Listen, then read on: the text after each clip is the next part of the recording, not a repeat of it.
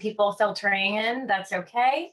But first things first, I wanted to um, just give everyone a little bit of context about why we're here today, what Mitra Collective is, and then we will very quickly get into this fabulous group of people that we have and hear their perspectives on the women's health market. But first things first, I have to give a special shout out to the team that helped put this together. I'm Caitlin Tucson, and I am the CEO and founder of Hello Helio. We recently launched Mitra Collective, which has been an idea on my mind for months, if not years. And our mission is all about bringing people together from across disciplines, all with different perspectives, experiences, and passions for health equity, and particularly people that are actively driving change in this space. And we have some of those people here with us today. We wanted to launch in Women's Health Month. This is the very last day, so we're kicking it off with a big bang and closing out the month strong. Given my personal background and experience as a patient with endometriosis, women's health is very close to my heart. And so it was extra important that we launched this month. So with that, I want to start introducing everyone that we have here with us today. First of all, we have Dr. Brian Levine. He is a reproductive endocrinologist and a founding partner and practice director at CCRM. He's also the founder and CEO of Nodal. It's a surrogacy company, and they're completely reimagining the journey. You'll hear more about that soon. But, especially a stigmatized and often, not talked about space. Super important to have you here representing that section of the market. So thanks for being here, Brian. Then we also have Shireen Saxena. She is the Director of External Affairs at Ada Health. And Ada Health specializes in the care journey and helping people to more efficiently navigate through their own care and improve the healthcare experience across the board. They're a healthcare AI tech-based company. So we'll hear a lot more about Ada and how it helps to shorten the path to diagnosis, particularly important in women's health, but also with roots in rare disease. So excited to have you here, Shireen, and also as a fellow endo warrior and patient advocate. Super excited to have your perspective. And then the third person that we have here to round out this group, we have Melissa Burrell. She is a partner at Elevated Capital Group and a founding member of the Octopus Movement. She's been working to bridge gaps in investment for women's health, but across underserved and underfunded communities to help drive health equity from an investment and funding perspective, which is super important. We all know, none of us can really be here without the capital and resources to do it. So also really excited. Melissa, you and I just met only a couple of weeks ago and we couldn't stop talking about women's health. So thanks for jumping in last minute, and we're really happy to have you here too. All right, so because we have all these great perspectives from tech to clinical to capital fundraising, and then of course, patient perspective in women's health as well. I really just wanted to kick us off with kind of setting the stage. A lot has changed. The term even femtech itself was only coined back in 2016, right? So, it's a relatively newer market. A lot of things are new in this space. There's still a lot of progress to be made, of course, with that said.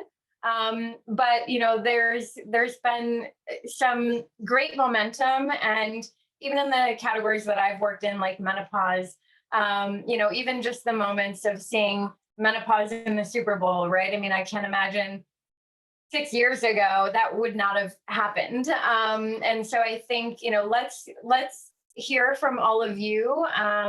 Sort of what are the things, if you look back, and from where we were and where we are now, like what's actually getting you excited? What are the things that keep you motivated, and inspired to keep going in this category? Sure. Shireen, you want to go first? Sure. So I mean, I think it's a lot of what you just said, Kate. I mean, we're talking about it sort of for the first time. I mean, I remember just a couple of years ago when I was diagnosed with endometriosis, I don't think I really even knew what it was except for seeing one Lena Dunham article on it once upon a time. And now it actually feels like 1 in 9 women actually have endometriosis because everyone's talking about it. So I consider that very much a huge win. And I think, this is the momentum that we really need to keep over the next couple of years to just really ramp up what we're doing on women's health. So. Yeah, agreed. Thank you. Brian, your thoughts? So thank you guys again for having me here today. I'm super excited for this conversation. It's interesting. I think, and I've been in this field now for 12 years. 12 years ago, I would have said the greatest innovation is the genetic testing of embryos, because we were able to help reduce miscarriages. And to go from having miscarriage rates of 20% down to 4%, I thought was the coolest thing on earth. 12 years later, I think the greatest innovation and the thing that gets me most excited is employer-based benefits and access to care.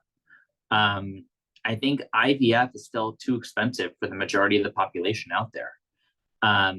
Even though IVF used to cost $20,000 to $30,000 in the 80s and cost $20,000 to $30,000 in the 90s, and still costs $20,000 to $30,000 today, it is still priced at a way that is prohibitive to the people seeking care that need it most. And so I'm super jazzed to know that employers are taking the step forward to improve access, that they're investing in their employees for the long-term vision by helping them start, grow, and complete their families. And the fact that 1 in 6 people suffering from infertility, which is probably an underestimate today, means that there's a lot of patients to treat, and we need to be much cheaper, better, and more efficient with the services that we provide. Yeah, all great points. Thanks, Brian.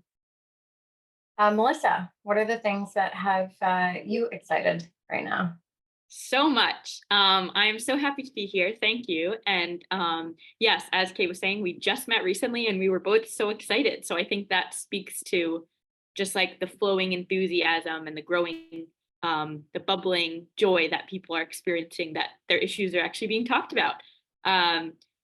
I think taking it from an investment perspective, going back, Dr. Brittany Barreto mentioned this in the landscape report, but in 2019, there was actually only one female health focused fund. It was Portfolia, and it was 10 million. Now there's dozens of funds, all different sizes, purely focused on women's health or things that are connected to women's health, disproportionately affect women, that kind of thing. So that's a huge win. Also, just people talking about it. I'm at the Dave Asprey's biohacking event in Dallas this week. And it's like, there's a whole women's health track. There's a whole men's health track. Both are equally important. I'm one of the people who think we need to be equally focused on both, not just all women's health all the time. Because to Brian's point on fertility, these are shared issues. And women's health is really all people's health because we all are from a woman.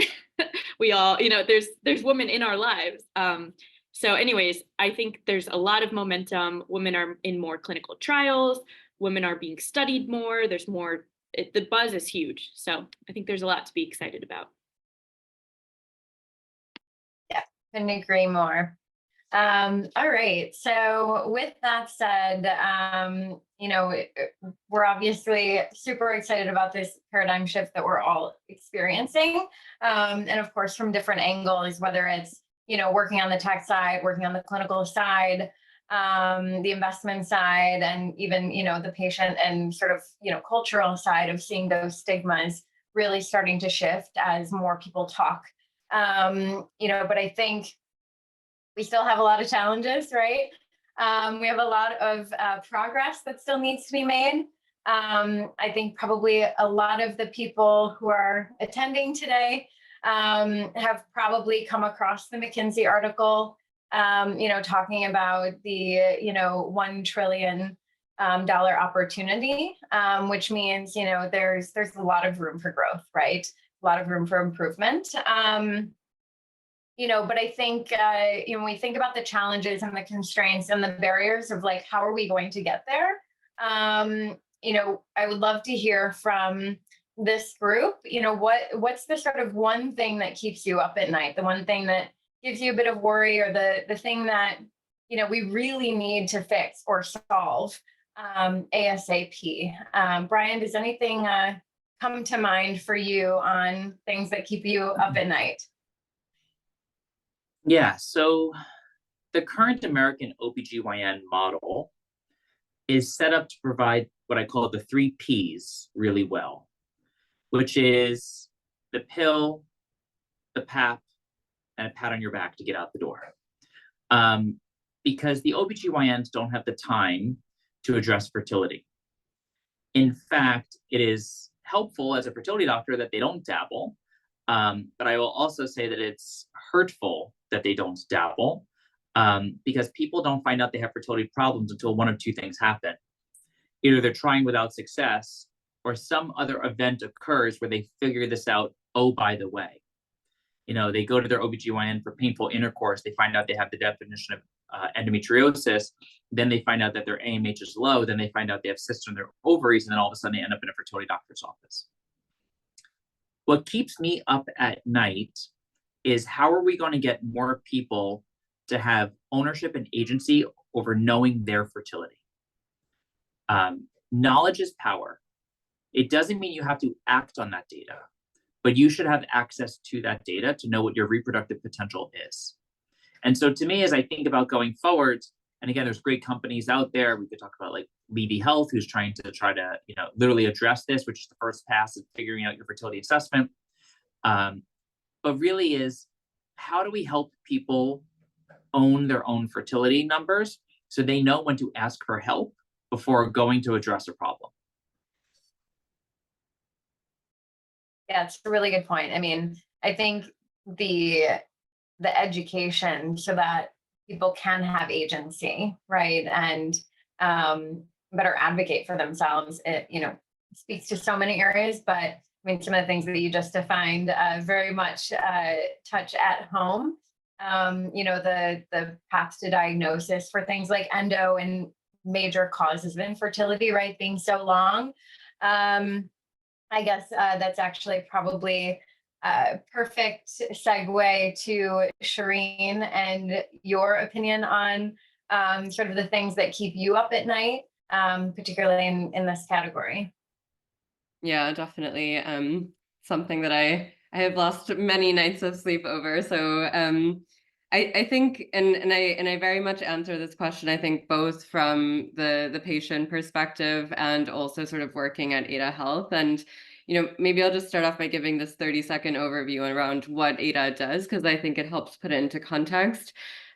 So Ada is an AI-powered symptom assessment care navigation platform. We have both a free consumer-facing app that is the most highly rated symptom assessment tool that's available. And we also have enterprise products where we specifically partner with life sciences companies and health systems. Our tool was built by 50 doctors over 13 years of R&D and is really meant to put a name to a set of what can often be like a mysterious set of symptoms, and then support shortening that path to diagnosis and then beginning the path to care, right? So the reason why I sort of bring that up before sharing the kind of patient side is because for me, the thing that keeps me up at night is just the amount of disparate information that we still have and the lack of connections that we are making between this information still. So from the patient perspective, you know, I think like a lot of other endo warriors out there, I experienced symptoms for 15 to 20 years that involved having very strong abdominal pain. So I went to see the gastroenterologist, and you know, hip pain was shooting pain down my legs. So I went to, you know, go see a physical therapist and a doctor for that. And you know, then it was heavy menstrual bleeding. So I went to see a gynecologist. So it was just so much shuffling around in the system. And basically what I realized when I understood what the symptoms for endometriosis were was that it was the burden to understand that all of these symptoms were related and relevant enough to proactively bring up to my doctor. That burden fell on me, right? And then, you know, on the clinician side, I mean, how many clinicians have the time to be able to go through all of that information and proactively pull that information out of you from disparate, you know, sources as well. So I think it's very much the amount of, you know, the burden falling on both the patient and the clinician. So I think this then leads into a conversation that, you know, we'll continue to have around what is the role of technology specifically in this space. Yeah, all great points. And I think, you know, I totally agree. I mean, I think there's the lack of education, right? And then gets amplified by the stigmas and not talking about it. I mean, how often do you and I even message late night or early morning, like, do you ever have this symptom? And actually like the validation and the understanding, it's tremendous, right? But, you know, using data and technology, right, to take all these experiences and to leverage things like AI to actually give us answers and then guide us, you know, in areas like endometriosis and, you know, where we have gaps in research and understanding, I think is tremendous. So yeah, couldn't agree more. Melissa, what's sort of the thing that keeps you up at night? Yeah. So first of all, I just wanted to add to what Shireen said, because before I get to my one thing, just I think another point of optimism is the prevalence now of like holistic and alternative therapies and like the integrative approach. So people are it used to be, and back when a lot of us have experienced in the past symptoms, I also came to the table from my own women's health experience. That's how I got into a lot of this, like many of us. It used to just be, okay, don't talk to this doctor about this thing. That's not their jurisdiction. Similar to what Brian was saying about gynecologists not handling fertility. I think we are starting to see a little bit more of that like holistic approach. So that's exciting, but it's still, there's a lot of work to do. Going to my one thing, I would say this is something I'm very passionate about, and I've mentioned before in similar context, is that the way we invest in companies is very outdated.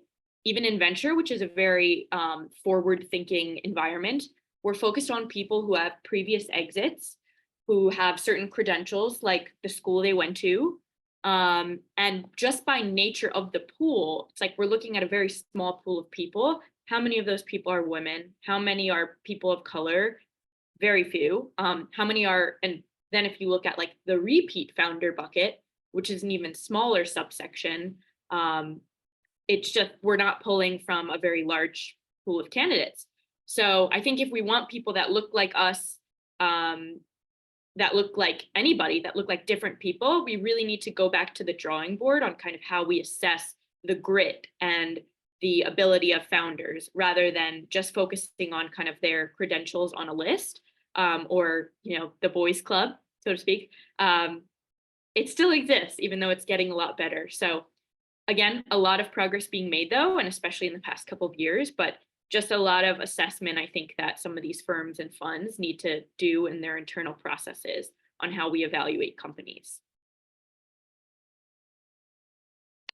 Yeah, that's a really great point. And that we definitely talked quite a bit about when we met. I think, you know, what's interesting about the women's health space, right, is you see a lot of the founders coming to solve their own problems, right? They're starting companies because they are like, well, if nobody's going to fix it, I will. But the passion that you get from that, the grit, to your point, the knowing the patient experience, right? You already have that at the, very highest level, right? So everything then, whether it's technology or customer experience, has been built with solving the right problems, because it's, it has that insight from the very beginning. So yeah, but that doesn't always come in the form of the cookie cutter, what we expect, Harvard grad, 3 successful exits, and, so I think, those are really, really great points. So kind of in that vein of, what things should we be investing in, looking at, particularly on the technology front, and how technology can play a role. I mean, I think that was one of the early areas where we saw a lot of quick wins, with femtech, right? So how do you see, and this is, for all of you, I'm sure you'll all have different takes on this, but, how do you see technology playing a role in women's health? Whether it's filling data gaps, improving the experience, addressing stigmas, what is the role that technology can play? What has it played? And, how do we also see technology continuing to advance and play a greater role? So Brian, do you want to take this one first? Yeah, so, I get to wear 2 hats. I get to be doctor and I get to be founder. And on the founder side for Nodal, which is the online leading surrogacy platform in America, we're completely venture backed. And so we've had to go through this exact conversation, which is, what is your moat, right? Like, what makes you protective? What is your path to $100 million? What makes you different from everyone else? What's deep in your tech stack? What's proprietary? And then my favorite VC question ever is, how are you using AI in your day-to-day operations? And I tell people every time, can we just stop for a minute? That's all jargon. My widget is a pregnancy through surrogacy, and the outcome of measure that we care about is a baby and a healthy outcome. There is a path to profitability along that way, but it can't be autonomous. It can't be, high tech, low touch. It can't be done with an AI solution. And it can't be all about the mumbo jumbo the Silicon Valley needs to hear just to fund a company. And that's why we're really fortunate that we have great VC partners that actually believe in the founder and believe in the company and believe in the mission, and understand that the technology that we deploy is a function of the service that we provide. So when I think today about people saying would I trust AI to be my doctor? The answer is no. I would never trust AI to be my doctor, but I would trust AI to support my doctor in their decision tree. I would support utilization of AI to help discern my medical records so that someone could distill them down in an easy to see and easy to comprehend and easy to use manner. I would love to see the utilization of AI to help improve the clinical efficiency and efficacy, and to put guardrails into place where, if a doctor's having a bad day, it doesn't mean I have a bad outcome.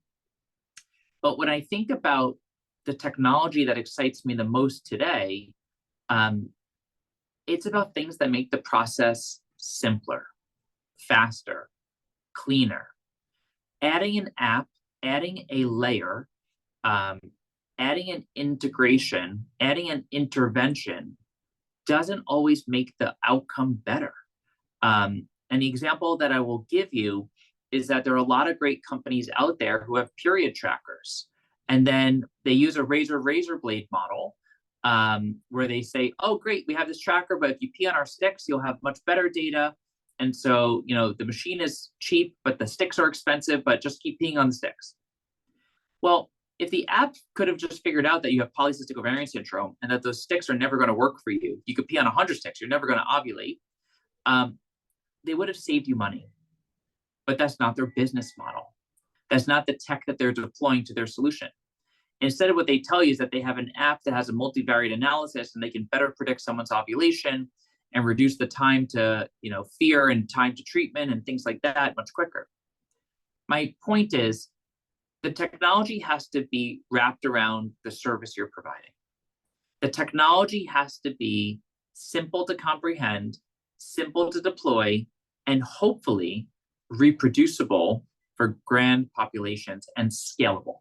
And I think that if you can find a tech that is scalable, affordable, and is has applicability in like a clinical situation that makes sense, then every tech makes sense. But it kind of has to hit those key KPIs first. Sorry, KPI being key performance indicators. Yeah, I mean, so many great points in there. A couple that, I'm just hearing, I mean, the keeping the patient as the center point, right? And the outcomes of that patient has to be, whether you're B2B or B2C. I mean, at the end of the day, you're looking to impact the patient's health, right? You're looking to improve outcomes. And yes, technology can make that a better experience, a more equitable experience, right? There's so many aspects in there, but keeping that patient centric. I'll just add one thing is, Yeah. As a doctor who does this every day, you would not believe the amount of tears that are generated when the technology doesn't work. Yeah. When patients are like, my app said I never ovulated. And I ask a patient, when did you get your period? And they're like, May 15th. When did you get your previous period? April 15th. When did you get your previous period? March 15th. And I was like, you ovulated 3 times. And they're like, no, my app told me I never ovulated. That's why I'm not getting pregnant. I have anovulatory dysfunction. And I'm like, it's not physically possible as a high order primate, right? Like monkeys and humans and everything else in between. You can't get a period unless you're ovulating. And like, sometimes the app doesn't work. And we put this trust in it. It's like, the same thing that this Gen Z, like they get all their news from TikTok. They don't actually read anything anymore. It's just like social media infusion of news bites.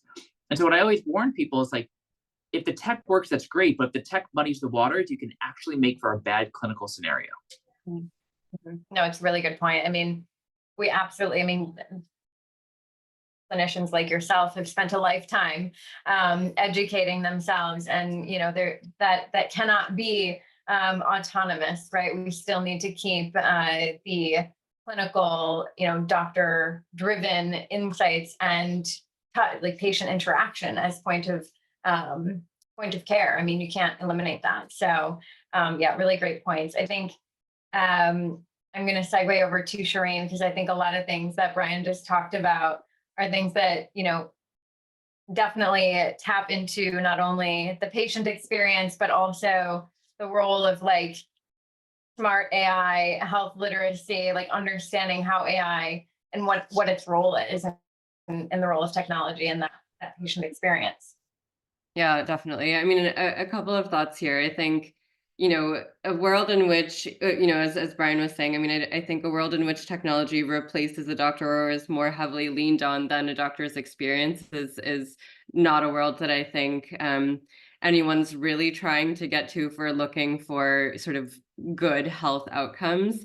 So this is where I think it's so critical to think of how technology can sort of be an enabler or sort of a facilitator of shortening the path to diagnosis and starting care rather than a replacement for human doctors, right? And I think at Ada, for example, this is something that we are very, very clear about. I mean, our doctors manually code our medical engine. This is not some sort of like Google doing its own thing, scouring the entire internet and then sort of saying whatever is on there, but rather a very thoughtfully curated manual process directly done by clinicians that is trusted, that has 30,000 ICD-10 codes, that is rooted very much in sort of that accuracy and medical safety. And I think in the world right now of so much noise around AI and Gen AI and LLMs, it's so important to be able to understand like what are the criteria you need to look for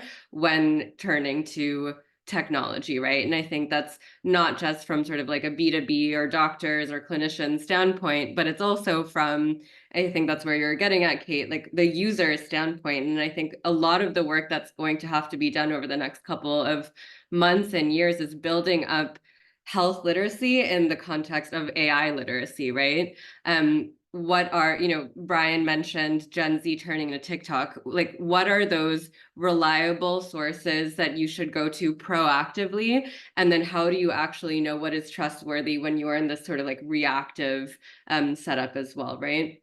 But I think, just kind of another aspect of this also is, I've been thinking a lot about whether the current health system is really set up for women, right? Like, is the current healthcare experience designed for women? And I always think about this, I think the first chapter in that book, Invisible Women, that probably a lot of people have read on this call, about transportation routes always, historically being designed for men who go from point A to point B, whereas women's transportation routes were point A to point B to point C to point D, back to A, then to E, and sort of like kids and groceries and all of that, right? And that's just the reality that we are dealing with. So when we're talking about the burden being placed on the patient to connect disparate pieces of information, but also, all of these different layers around lack of training when it comes to women's health, and not, believing women's pain, not,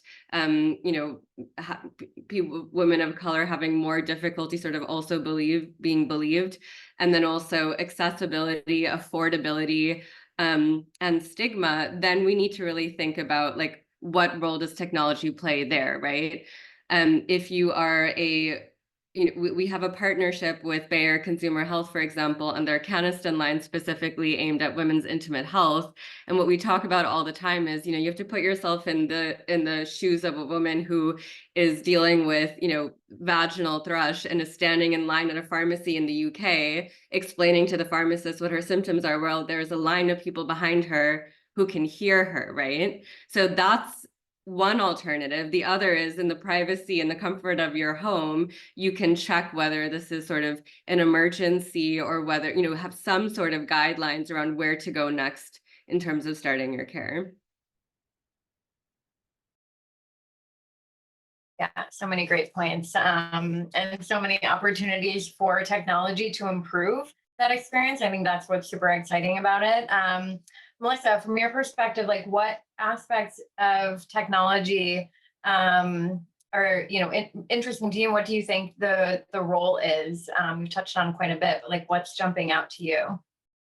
Yeah, well, definitely they covered a lot. So I'm just going to try to fill in a little bit here. Awesome analysis by the two of them. But yeah, and I would like to touch on some things both of them said. So first of all, to what Brian said, I am very wary in the venture space, or in sort of these bubbles, of buzzwords. It's the biggest thing to do in any space. We know that, like, buzzwords just become this language, and also a barrier to people who don't speak the language, going back to that kind of like boys club thing I was talking about. But so when AI came around as a buzzword, I naturally was a little wary, and I think a lot of us are, or were, just because all of a sudden every company became an AI company.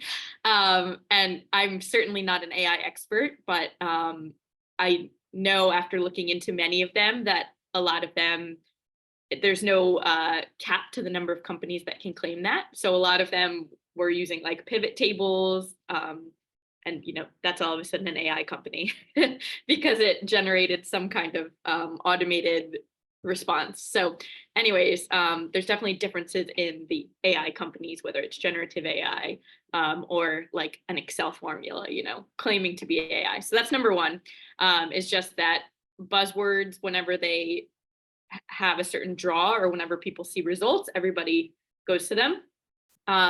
Everything now is tech, whether we try to get away from it or not. We are moving in that direction. And everything's moving more towards kind of that lifestyle, with technology being additive and assistive. I certainly have my hesitations in certain areas, But what I see the biggest benefit of, especially in digital health, which is what I mostly focus on, is that there's lots of opportunities in the personalized medicine space. So, which is another buzzword. So everything's a buzzword. But specifically people who have a diagnosis or something that they've already gone to their doctor with, they're already working on, maybe it's maybe they're working with a coach and it's in the nutrition segment, maybe it's the workout segment, and it's just shortcutting that time, where, for example, I'm just thinking of on the nutrition side, like, let's say someone is following a specific diet based on the guidance of their doctor. Whenever they go to the grocery store, they can pull out their app that kind of generates personalized recommendations for them. A lot of this could be done on the basis of like genetic testing as well. There's a lot of applications. So that's where I see a lot of promise, is where people are already in guidance with their doctor or with some kind of provider. And it's kind of helping them shortcut either not having to take return appointments as frequently, or just making their day-to-day life easier. If people have PCOS or endometriosis, just ways that they can kind of have that constant care and guidance at home, just little tips, things maybe like user experience and community-based AI, where people can kind of share insights there. And then I would also see the reverse, where some companies are going this direction. It saves you time from going to the doctor if you can have a little 5-minute conversation, and maybe understand, okay, I'm having these symptoms, and is this something worth going in over? Maybe you can like take pictures of certain things and see kind of qualifying based on that. So I see it in kind of two directions, either before the doctor or after the doctor, and kind of shortening the runway on either side of that.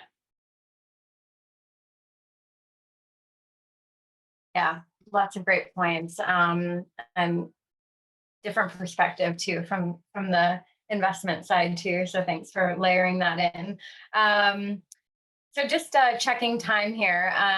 There's a couple more questions we wanted to touch on, and I want to make sure we have some time for Q&A at the end. So I think we've touched on quite a bit on the way that we value women's health economically, and some of the equal opportunity to investment and funding. But before we move on from that one, is there anything else? I know, Brian, you've, from the CEO's perspective, from the, clinical research data perspective, and then, Melissa, if you have anything to add on that too. But yeah, Brian, if you have any thoughts in that regard. So when people ask me, how big is the TAM, like the total addressable market? I ask them what you started this conversation with, which is, how many women are in your life? And sometimes it's a woman who asks me that question.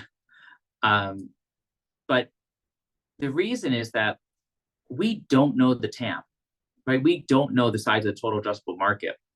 McKinsey may have still underestimated $1 trillion. And the reason is that we don't know how to define infertility.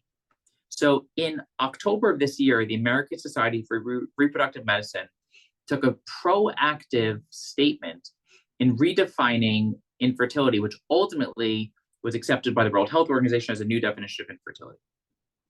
And basically, they took it from a performance-based solution, right? So the definition of infertility used to be if you got pregnant, right? Performance, to now allowing you to use clinical insights, blood work, ultrasound, history, confounding conditions, to make the diagnosis.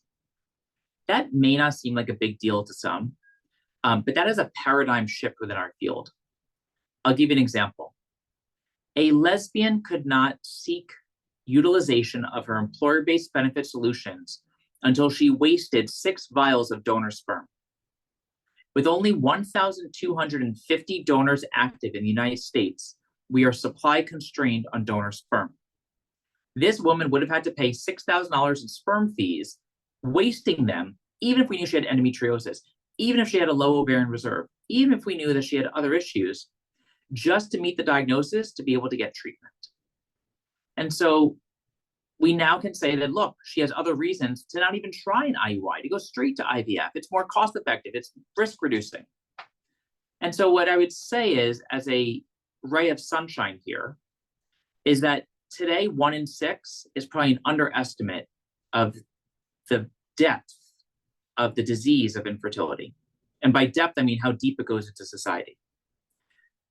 I'm excited by the fact that access to care is finally on the forefront, because you can do good and do well, which is what all these VCs and PE firms love to believe, because they do, and it is true. When there's capital behind us, we can do more, we can reach more, we can touch more, we can solve more, and we can treat more.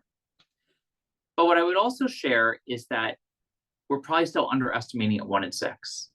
And the only way that we will truly be able to address the population that seeks and needs treatment is to continue to do things like today, and to have narratives and discussions about these topics, so that people can have their individual aha moments where they say, do you know what?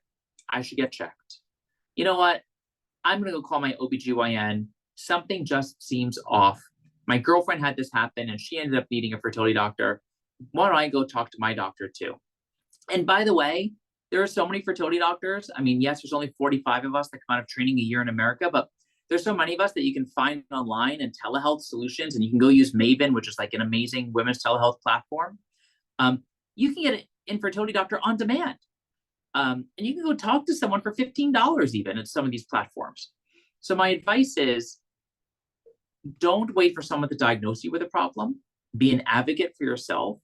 And hopefully just be an advocate for your fellow female friends who probably need to have someone help them understand, address, and identify a potential problem, so that you can address that early enough without it becoming a significant problem that prevents you from achieving your reproductive goals.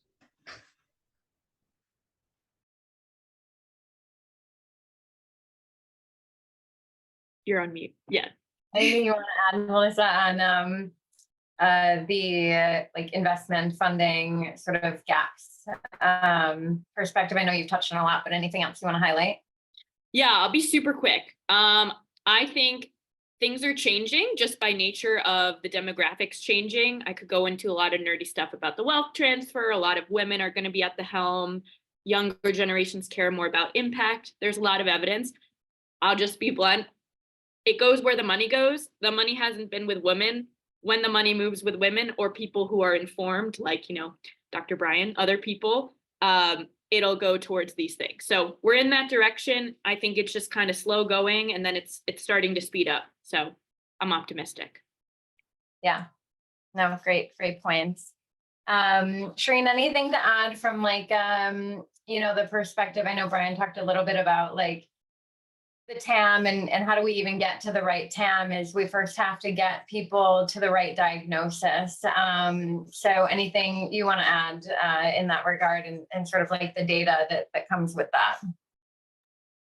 Yeah, I mean, I think one interesting thing is, you know, the sort of waves this conversation is happening in, which is, you know, as you mentioned, a few years ago, we wouldn't have even talked about menopause. And now it sort of feels like, okay, we're all talking about menopause and PCOS and endometriosis.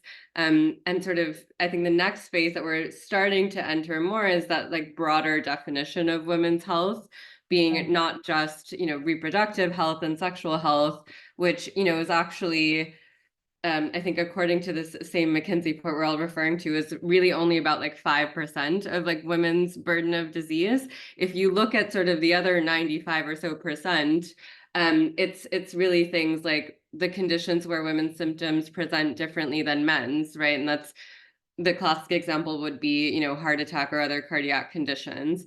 Conditions where women are disproportionately represented.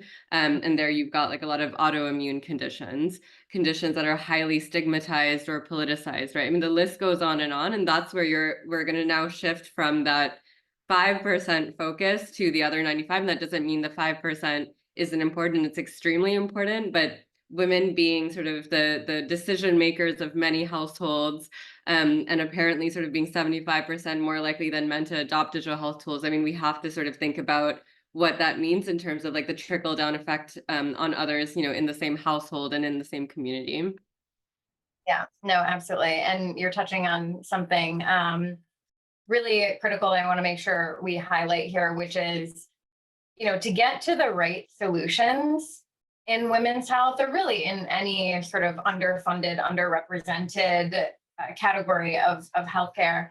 But especially, this has been, due to delayed, factoring women into clinical trials, right? Like we have this whole data delay. It wasn't even until the early 2000s that we started to really have proper data about, women's cancers and things. And so, but I think the underpinnings of how do we define women's health is a really important topic and paradigm shift that I think is going to have a really positive impact on this category, right?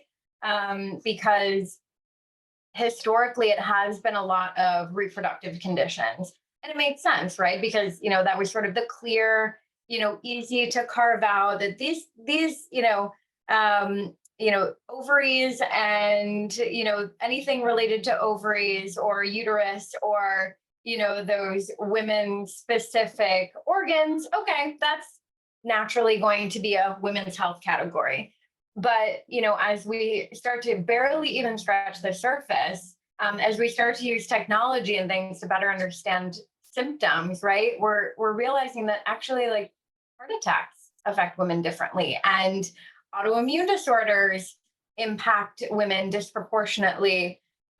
So we don't even have the data yet, to Brian's point, to properly, quantify what the true TAM is, unless we get people properly diagnosed, properly understanding what their symptoms might even mean, and even overcoming the stigmas, right? Because you're not going to talk to someone about your experience until you absolutely feel comfortable and validated in doing so. How many people wait to talk about endometriosis or infertility or seek out surrogacy as an option, right? There's a lot of shame wrapped up in so many of those things. I think that it's great that we're overcoming the stigmas of like sexual health and those reproductive conditions. I think thinking about it bigger is really important.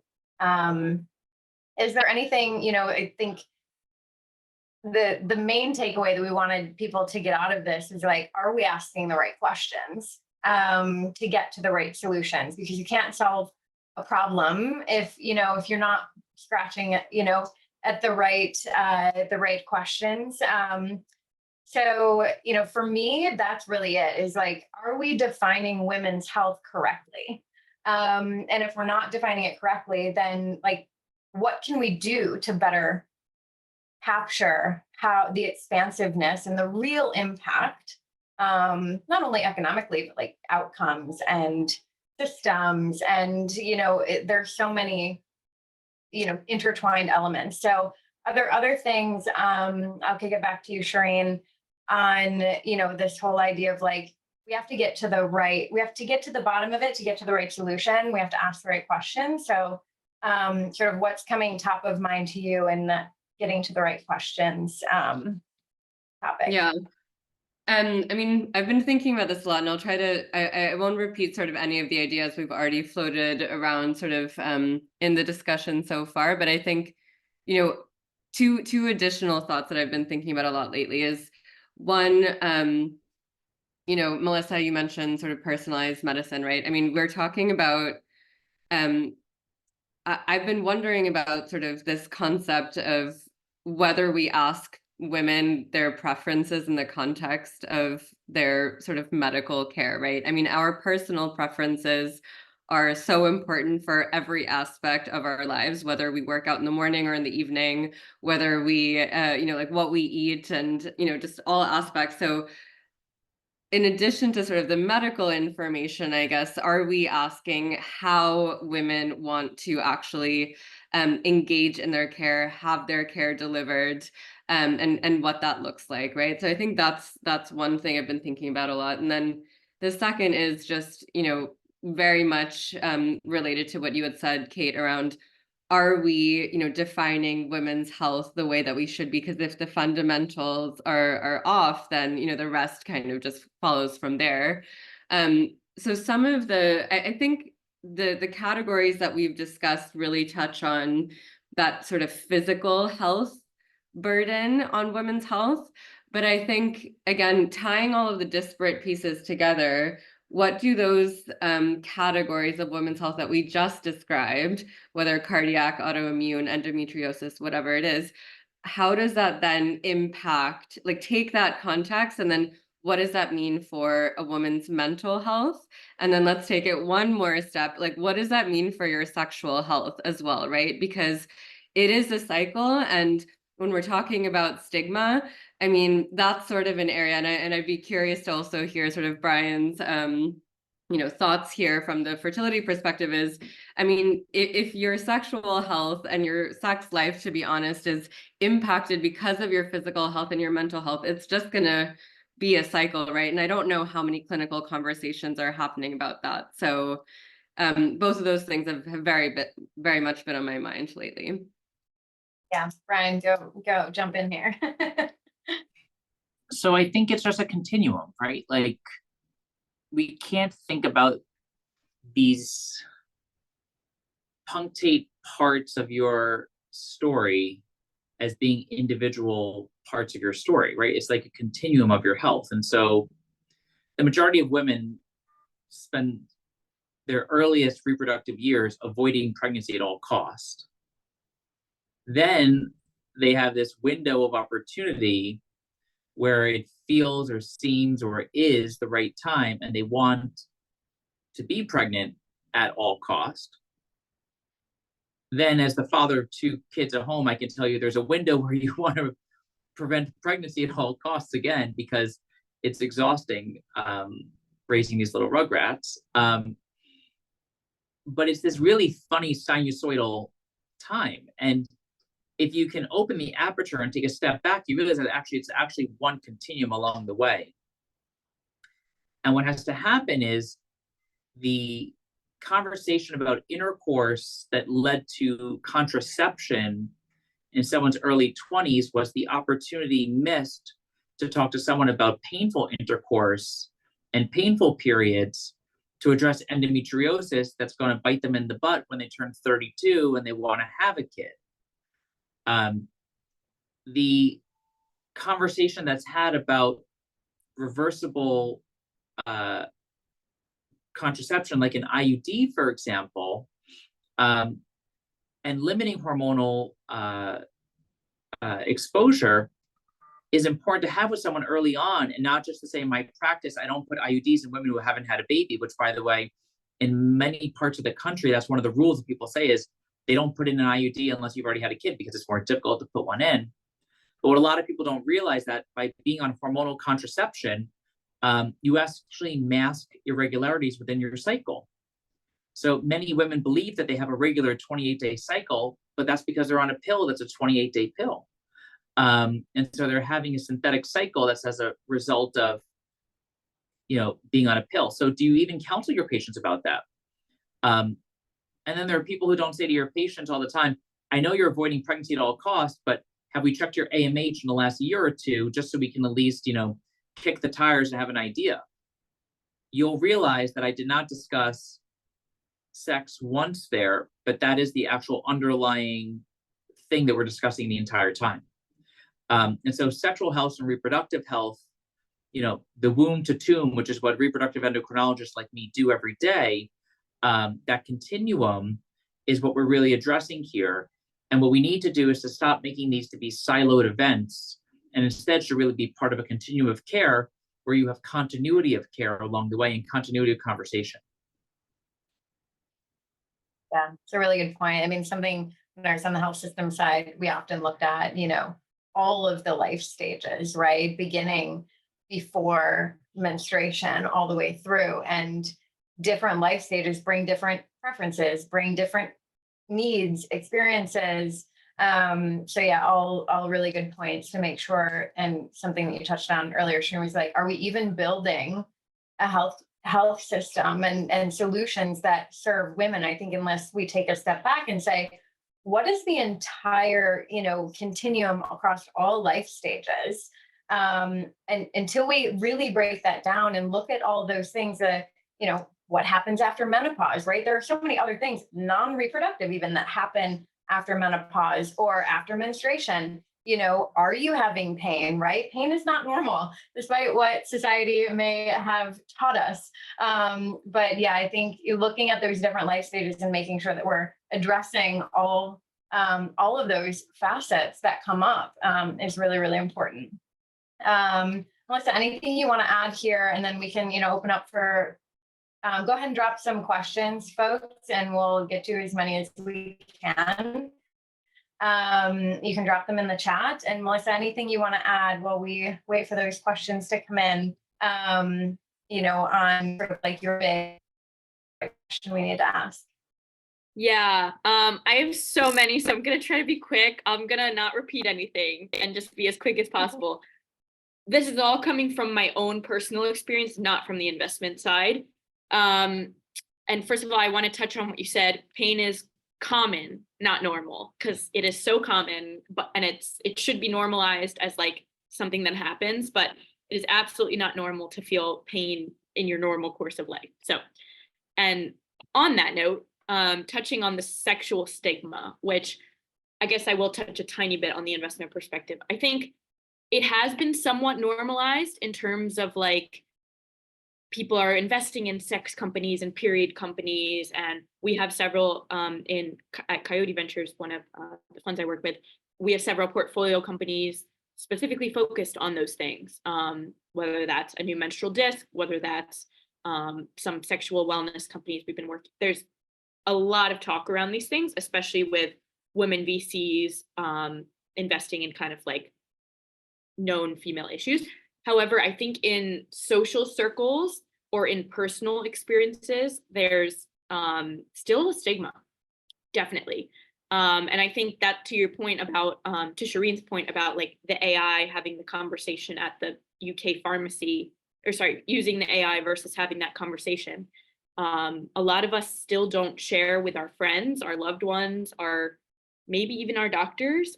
So I think one of my questions is, how can we like normalize a lot of these things, and how can we really make health a constant ongoing conversation in everyday life, talking about it at work, not necessarily like talking about your sex life with your coworkers, but I don't know, maybe that, not necessarily the details, but maybe like some of our struggles and things, because it can explain why we're having, like certain people having very heavy periods, like maybe they do need to miss a day of work, and maybe they need to get that checked out. Like maybe these are conversations we need to normalize. So that's one thing I've been thinking about. How can we take ourselves back to nature more?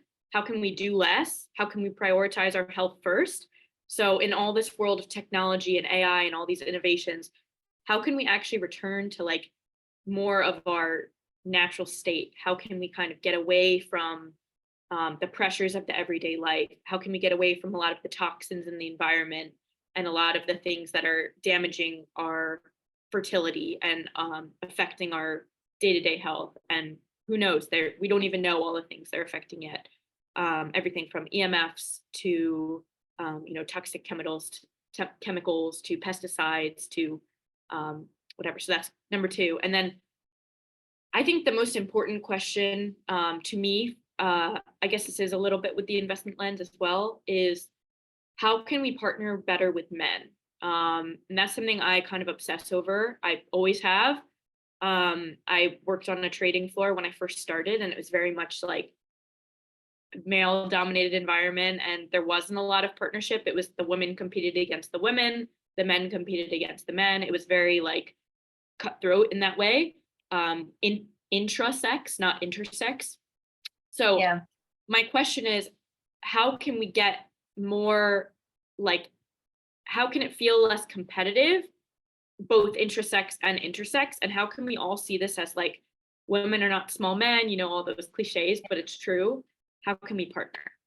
Yeah, no, that's a great point. And actually a great note to end on. For those of you that are with us, feel free to email us afterwards. The whole point of Nature Collective, I mean, even what the word means, is all about ally. It's all about womb and mother, and there's a few different translations in different languages you can look up, but it was intentional to that point, Melissa. So Great note to end on. Thank you all so much for being here. And also big shout out to the Hello Helio team for helping to execute this. So thank you all, and thank you to our speakers. Appreciate your time. Thank you. Thanks so much, Kate and team.